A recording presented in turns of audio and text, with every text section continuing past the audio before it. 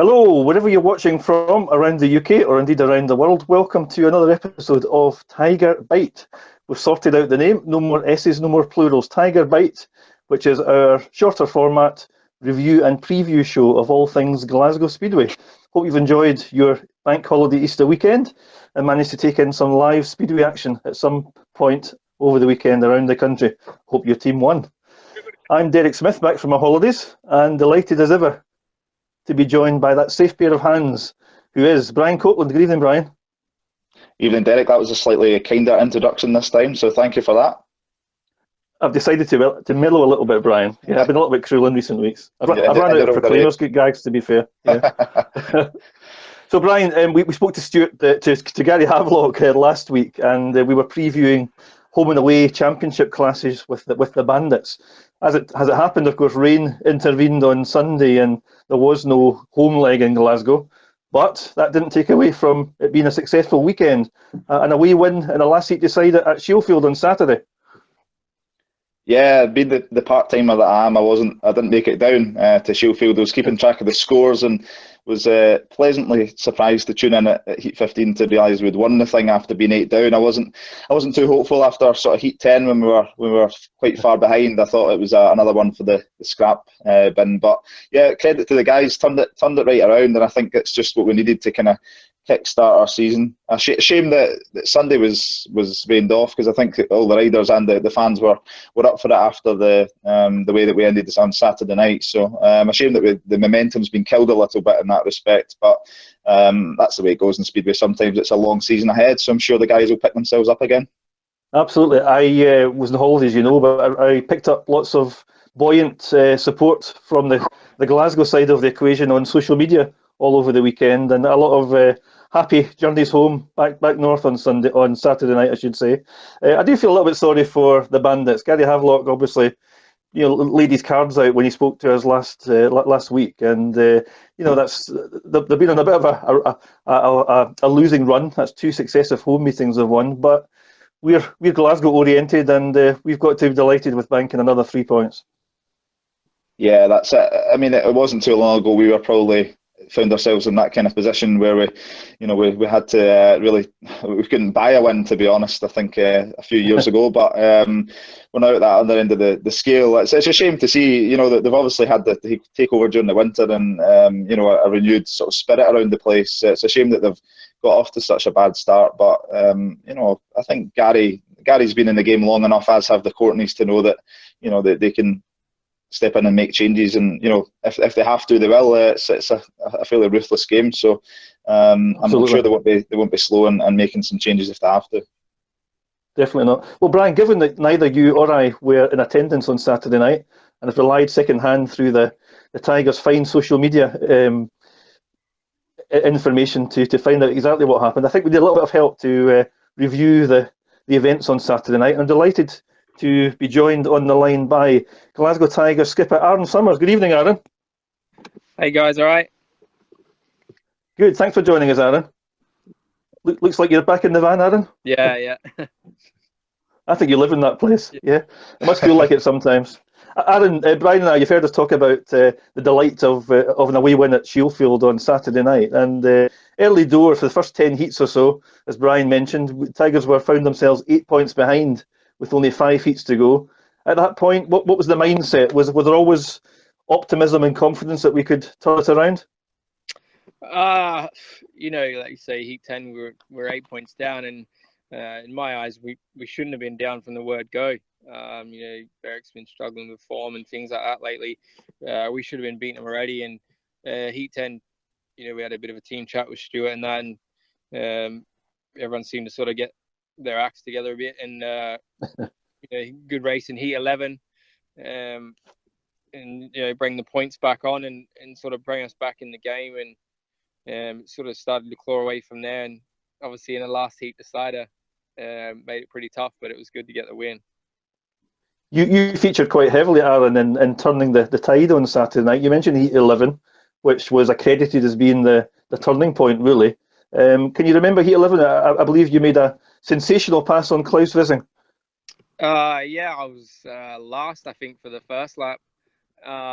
Sort of, I had a lot more speed than the rest, and sort of there's always 4 laps to a race, so just pick them sort of one off per lap, and then coming down the back straight the last lap, plus Klaus, which was good, get the win. And then I knew Dan was third, so it started to get a couple of points back, and then we just kept going from there. Aaron, look, as a spectator, the Berwick track always looks quite hard to pass on. It's quite narrow going into the bends. How do you sort of even prepare yourself to go and make a pass on a track like that? Yeah, it is pretty hard around there. Like you say, it's narrow going in and coming off the bends a lot of the time. You've got to pick your lines in the right time to do it, and it paid off for me in that race. It was good. Aaron, just talking about the Berwick track, as a non-rider, of course, even just the sight of Ben's turns 3 and 4 at Shielfield scared the life out of me. But it must be quite exhilarating to dive into that third turn. Yeah, for sure. Obviously you can carry a lot more speed into bends 3 and 4 than what you can 1 and 2 there. So, I come in pretty low as I was coming down the straight, and had to tip it in low and had to turn it fairly hard. But you've got that banking there to hold you up. And then heat 13, of course, was the next big heat, I guess. The number 1 and 5 respectively. So you partnered Richie, if I'm not mistaken, and grabbed a 5-1, which of course closed the score considerably at that point. Yeah, I just said to Richie before the race, I'll keep a lookout for you coming off that second bend, and Richie was there, so he sort of held my line on the inside and let him pass and tucked in behind him. We pretty much all followed each other around. I just followed his line, and there was no passing us, so it was good. We were well in front. You mentioned Stuart's team talk earlier on, Aaron. How much credit are you willing to give to Stuart for turning that fixture around, or was it all down to you guys? Oh, no, definitely needed a bit of a kick up the arse for how we were going. So it was good. You wouldn't be able to turn yourself around, I don't think, just by yourself. So it is good to have Stuart in the pits and raising the voice a bit at us. So it was good.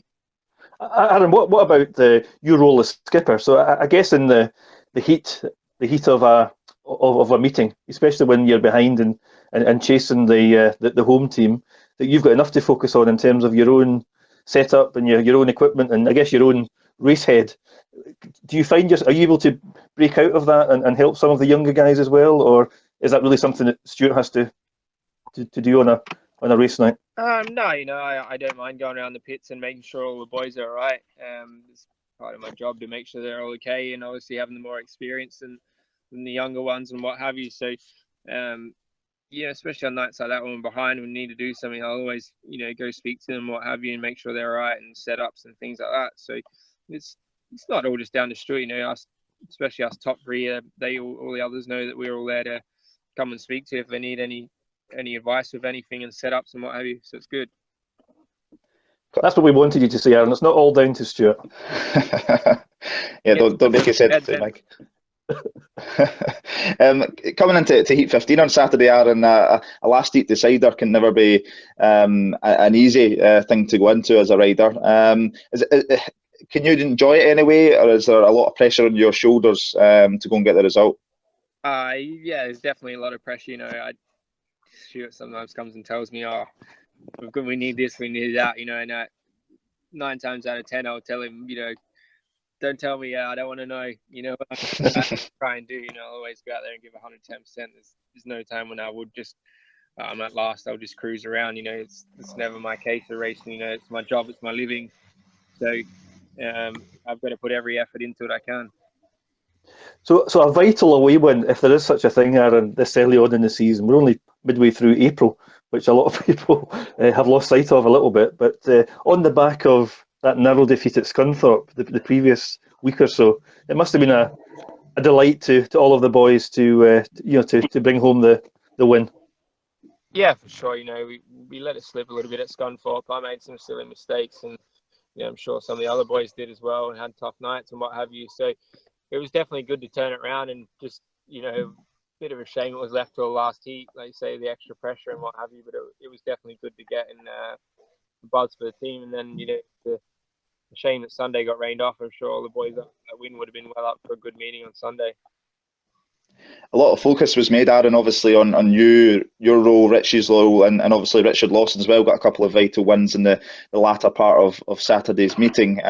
What was the feeling amongst the younger guys that are perhaps a little more inexperienced? Were they still upbeat after the meeting, or they didn't score a lot of points between them? I'm sure a few of them would have liked to have put a few more on the board. Were they still quite happy with the result? I didn't really get to speak to them too much. Obviously with having the meeting Sunday, I needed to get away fairly quick, and so did they. They had to either travel back up to Glasgow or what have you to get bikes done. So I didn't speak to them too much, but I think with how the rest of the team done, they and left with so much pressure on at the end that they might have felt a bit upbeat about it. But it's the part of Speedway, and Jack and what have you, his first year in it, and the others, like you say, aren't quite as experienced. So we can't always expect them to score big points for us. I don't know. I was going to ask, and this is your third season now as a Glasgow rider, and Brian and I have broadcast before that we think you're getting better and better with age, I guess, with experience. No pressure for this season, but the club obviously have come pretty close in the last two seasons to winning some more silverware than the Knockout Cup. What do you, when you look around the pits this season? I know it's early in the year, but when you look around at your teammates around the pits, do you see potential in this year's side that perhaps wasn't quite there in the last couple of seasons? Last year's team, what we finished on, I think was a good team. It's definitely potential. Obviously, Dan's come back from a big injury, so there's plenty more to come from him. Tom's having a few issues at the minute, which I'm sure he'll get on the top of, and if there's any help needed, then we can give it to him. Jack, it's his first year. It's going to be tough for him, definitely. So I think the more riding, it's the same for everyone. The more riding you do, the better you get. So I'm sure it'll get better and better for us. What kind of characters have you found them to be so far, Aaron, around the pits? Those younger guys, they're obviously all ambitious and want to do big things in the sport and take it very seriously. Is that the impression you get when you see them around the pits?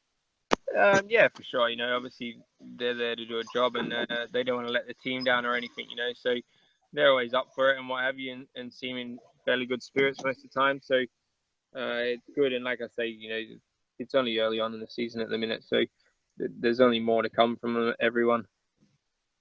So all things said and done, Aaron, we're only 4 championship meetings into the season so far. So I keep saying it, but it's literally very early days.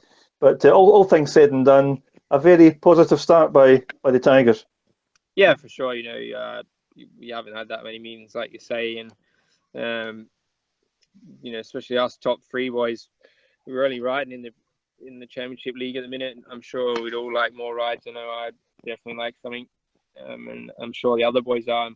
At the minute, I'm looking at doing some stuff abroad, hopefully, or even getting myself out there to put my face in the window to try and get something sorted. So it is early, and like I say, everyone will still come on more. One man who obviously played a key role on Saturday and has done over the last 12 months or so was Richie Worrell. What has he added to the team since he joined Glasgow? He seems to bring a lot, particularly away from home. He seems to go well at most tracks. It must be good to have him in the camp when you are going into a away fixture. Yeah, definitely. You need the steady riders in the team. So Richie's good to have, and he's one of the more experienced as well. So it is definitely good to have in the team, and especially for the younger lads. Some of them know him a bit better than I do.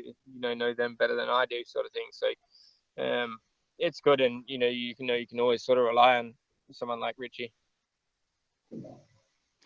Aaron, you mentioned just a couple of minutes ago about your own situation. So, unfortunately, as things stand currently, you haven't got a team berth at Premiership level.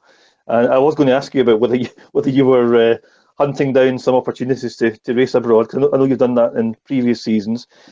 As you started this season, though, did you have to cut your cloth accordingly in terms of the investment in equipment because you were only racing in one league, or can't you really afford to do that in Speedway?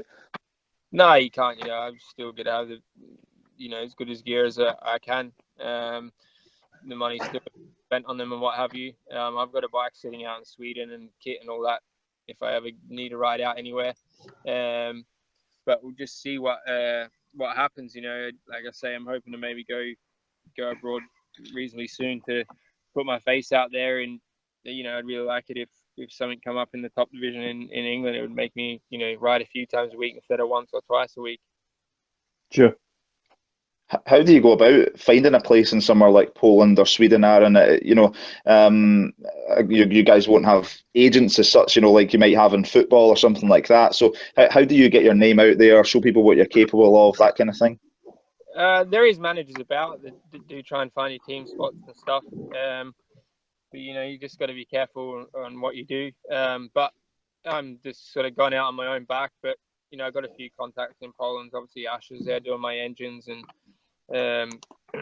Ralph at Speed Products has helped me out with some gear and stuff this year. So I've got guys over there that I can speak to about certain things, which is good. Aaron, I'm sure you won't mind me highlighting, you've attracted some good sponsorship around Glasgow.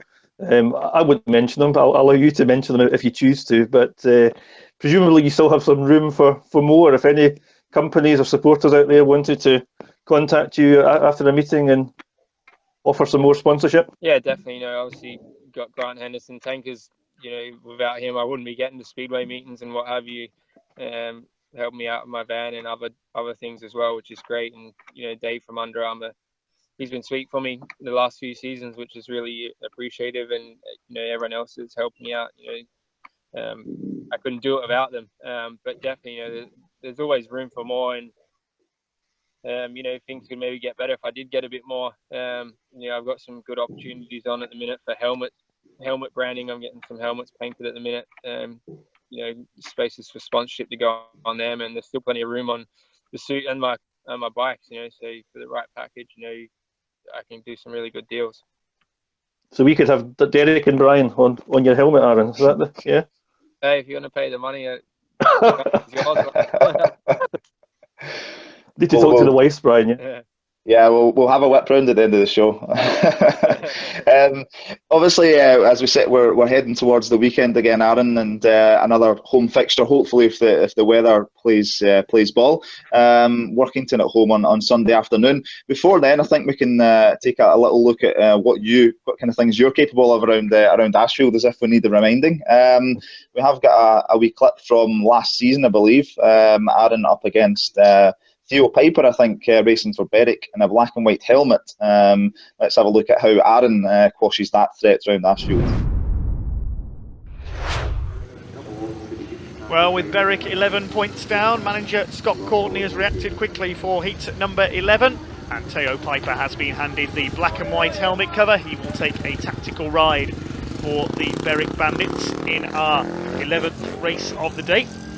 This heat sponsored by VW Van Centre. The Allied Tigers leading by 35 points to 24 following victory for Richard Lawson last time out. They're represented here by Aaron Summers and Fernando Coti Garcia, Stuart Robson and Theo Piper for the Bandits. They may have arrived under strength today but put on a decent fight early on. Glasgow fighting back though over the last 4 or 5 heats, looking to extend their lead further here in this heat number 11. Aaron Summers going off gate number 1 in red, Stuart Robson gate 2 in white, Fernando Garcia gate 3 in blue, Theo Piper in black and white off the outside. If he beats a Glasgow rider, his points will be doubled. He's had a good day so far, 2 wins for 6 points, but ran a last in heat number 5, beaten by Fernando Garcia for 3rd place.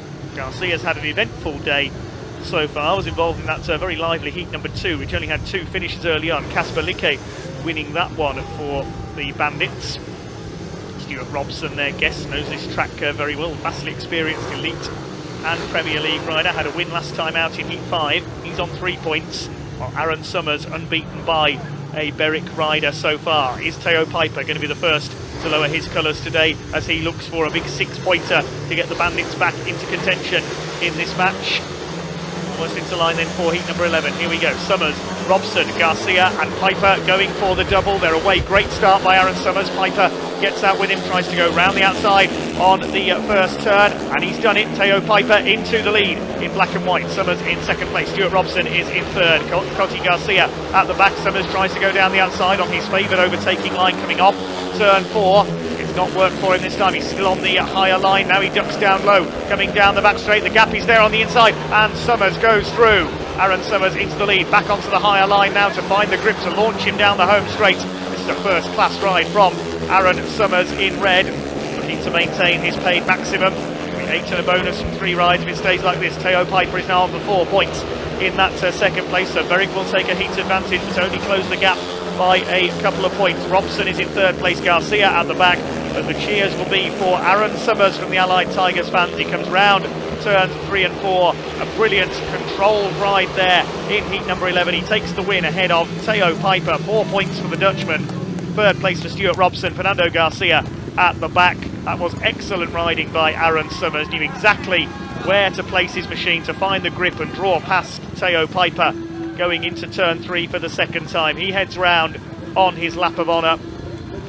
He remains unbeaten by a Berwick Bandits rider today. Rory the Tiger greets him on the home straight. The red and white flags are waving following heat 11, sponsored by VW Van Centre. Aaron Summers takes the plaudits of the crowd on the home straight. Went initially to the outside on turn 2, then feinted back down the inside and found the gap. Theo Piper not expecting him to come through there, and then Summers moving back onto the higher line to launch himself down the home straight, finding the grip. A very intelligent ride there by Aaron Summers. He takes the win. Theo Piper gets 4 points for second place. Stuart Robson third. Fernando Garcia at the back. A 5-3 the score from heat number 11 then, and it's now the Allied Tigers 38, the Bandits on 29.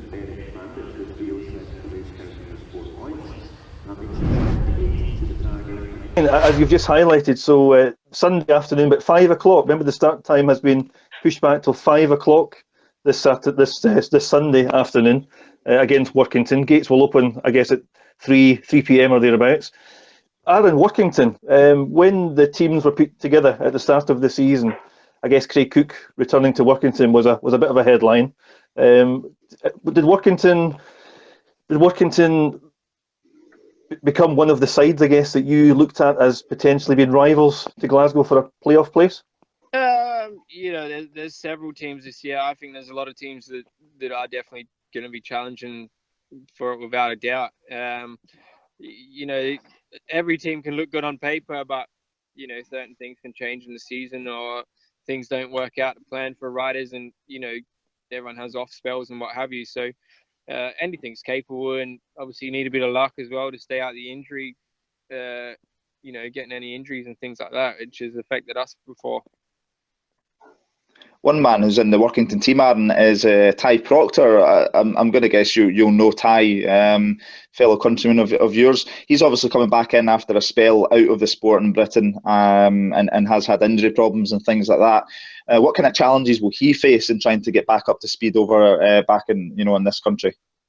Obviously the difference in quality of racing. Obviously, the Aussie titles is a pretty good field that they had this year, but other than that, it's nowhere near as strong as what it is over here. So it took a bit of getting back used to and what have you, and certain tracks have changed and things like that. So it will take a little bit to get back used to, I'm sure, but he's got plenty of experience under him, so I don't see it being too much of an issue. The actual track, Aaron, again, we've only had a handful of meetings on it if you include the Ben funds earlier in the season, but how have you found it? Because we know there was some criticism, I guess, from the riders for the opening match against Scunthorpe, and I guess that was addressed for the visit of Newcastle the following week. Much more to your liking for the Newcastle meeting, I guess. Obviously, I'm not a massive fan of a slick track, but still get around them all right. it's a bit better when there's more dirt on it for passing and what have you. But then, we've also got to take into account these, the younger lads and what have you. Sometimes a little bit slicker for them, the better areas for them to ride and get used to more. We've obviously had a bit of a switch between Saturday and Sunday so far this season, although we've not yet had a Sunday fixture. Does that make any difference to you, Aaron, in terms of the track setup? Sometimes we've seen that the tracks can be a little bit drier and dustier during the day compared to at night, or does it not really matter when it's the same circuit and same surface that you're working with? It can vary on certain nights on weather and, like you say, what materials on the track and what have you. It can be the same on a Sunday. Yeah, obviously on a drier day, the track's going to dry out more, but at nights, obviously the moisture holds in better. But, there's a lot of different varieties to take in to the conditions and stuff, to what sort of setups you're going to run and what have you. Tyres, Aaron, tell us about tyres. So we've read some riders been a little bit more vocal about the tyres which have been introduced, and suggesting that obviously, they appear to be wearing out a lot quicker given some of the photographs that we've seen on social media. But do you notice the difference as you ride them? I've heard some riders suggest that the bike behaves a little bit differently. It's one of these stupid rules that they seem to bring in. One of the new rules they bring in is it's like, get a brain idea. Hang on, we're bringing a new tyre we've not tested out and not let anyone know that we're going to use them this season.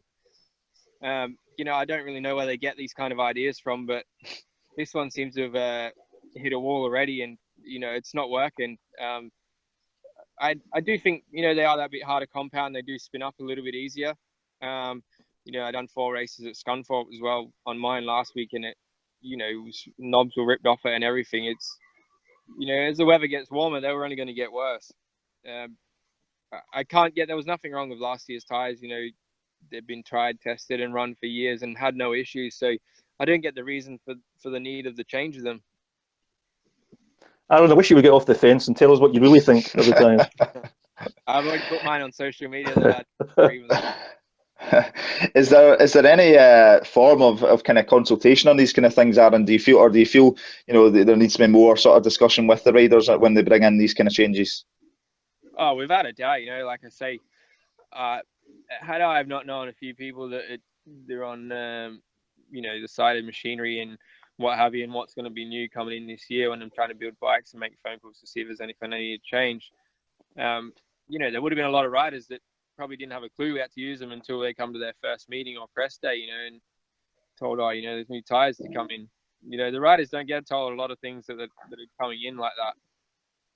Is this a prime case, Aaron, of the riders requiring the Speedway Riders Association to be reformed and remobilised, I guess? The Speedway Riders Association is still around. Ronnie Allen is the main guy running it now. So, it is still there. It's, not a lot of people know about it too much, which, it could be doing promoted, a bit more, which I'm sure certain people would probably be willing to help and do that. It's definitely needed. I've still got money outstanding from 2016 that I'm at the minute just getting spun around in circles to try and get. So, things like the SRA is definitely a help in trying to help us out with things like that, which is good. We should highlight, Aaron, that reference has nothing to do with Glasgow. No, it's not. But, yeah, I'm there every week from them, so there's nothing against that. Thank you very much. And just turning focus back towards Sunday's meeting, Aaron, we touched on Craig Cook earlier on. He's always highlighted as being one of, if not the top man in our league. How do we go about stopping him on Sunday? He's been beaten around Glasgow before. It's not like he's unbeaten around there. So there's no reason why he can't be beaten around there. It's one of them things. He definitely is good on a bike. He's talented, So it's like anyone who come there and win a race if they've got the skills. It's just he's definitely going to be hard, but it's possible. And Aaron, in terms of your new look this year, there's more pink in your bike and race gear, I guess. That's the colour, and I like it. By the way, I like it. It's nice and vibrant. But was that Denise's input, or could you claim that? No, it's just I've always had a little bit of pink and what have you, and yeah, we needed a bit more this year. There was a story out in the papers not long ago about it all. Just it stands out more. I like my bikes to look good, and what have you. So, the last logo, I've had for a while, and it was a bit basic. So we had a bit of a rehash, and changed all my website around now on summersracing.co if anyone wants to go have a look at it. It's we're trying to make ourselves a bit more professional of everything and make everything as good as we can. Very fitting, Brian, isn't it? Yeah, absolutely. Finally, for now, Aaron, just when we look at Sunday's fixture, it's Workington are kind of a little bit hard to predict at the moment in terms of how they might perform away from home. What's the target? Obviously, a win is number one on the list for Sunday. But is there a chance this week to perhaps go and stamp a bit of a mark, lay down a bit of a marker for other teams and show what we're all about at home? Yeah, for sure. We need to be setting our grounds definitely at home. We've done so well around there last year, and we need to continue on from that. No match is easy. You can't just go on a match thinking it's easy. So all the boys have to be on top form, and yeah, we should do it. Aaron, thank you very much for joining us and allowing us to break into some family time midweek. Thank you very much for allowing that, and for talking us through the reliving the success at Berwick on Saturday night, and indeed being grilled by Brian and I and all things Speedway. Thank you very much, Aaron. No problems. Thanks, guys. See you Sunday. Bye-bye.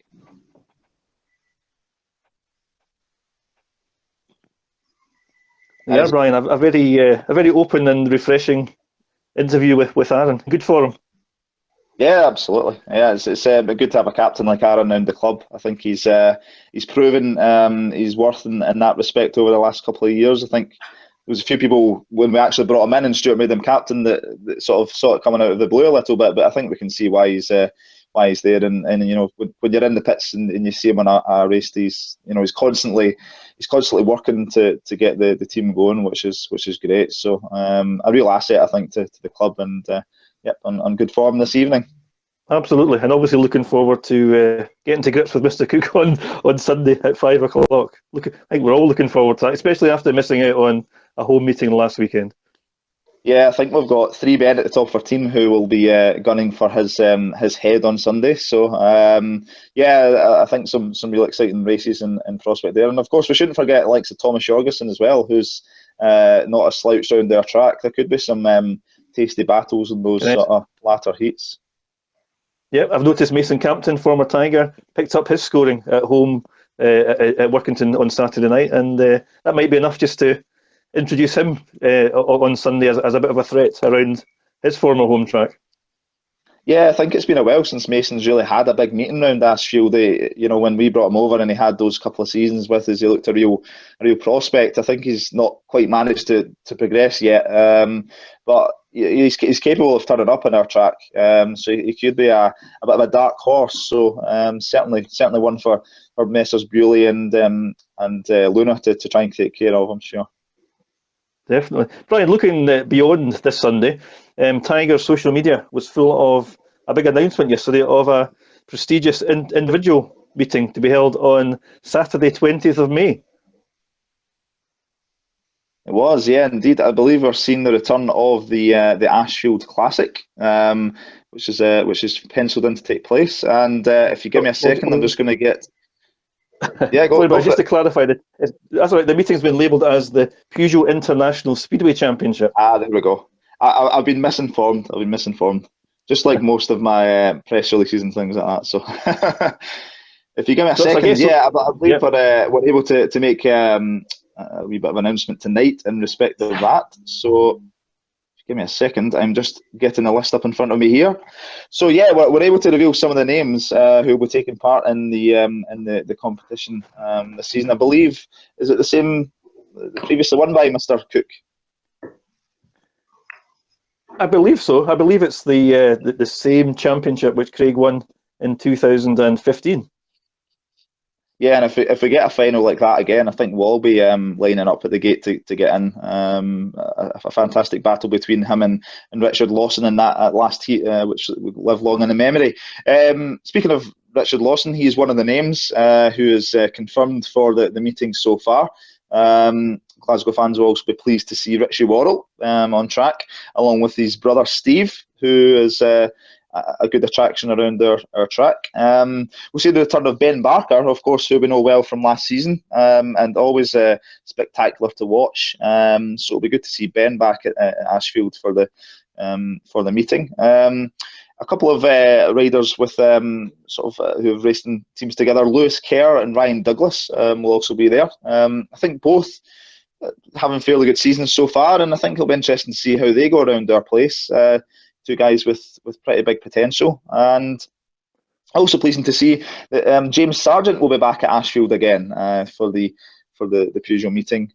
James, obviously a favourite of our 2015 side, and was unfortunately left without a club at the start of the season until a bit of luck came his way, and Ipswich snapped him up recently. So James is always good to watch, and I know he loves coming back to Glasgow. So a few good names on that list so far. It'll be interesting to see who joins them. A healthy start, but I think that's 6 or 7 riders identified already. And I guess over the coming weeks, the Glasgow social media machine will kick into action and confirm the remaining lineup, the remaining rider field. So that's another big prestigious individual event to look forward to. And of course, we've still got the championship, whatever we're calling it, to look forward to in September time. Yeah, the Individual Riders Championship, I believe it's been referred to, but we'll try and clarify that for closer to the time.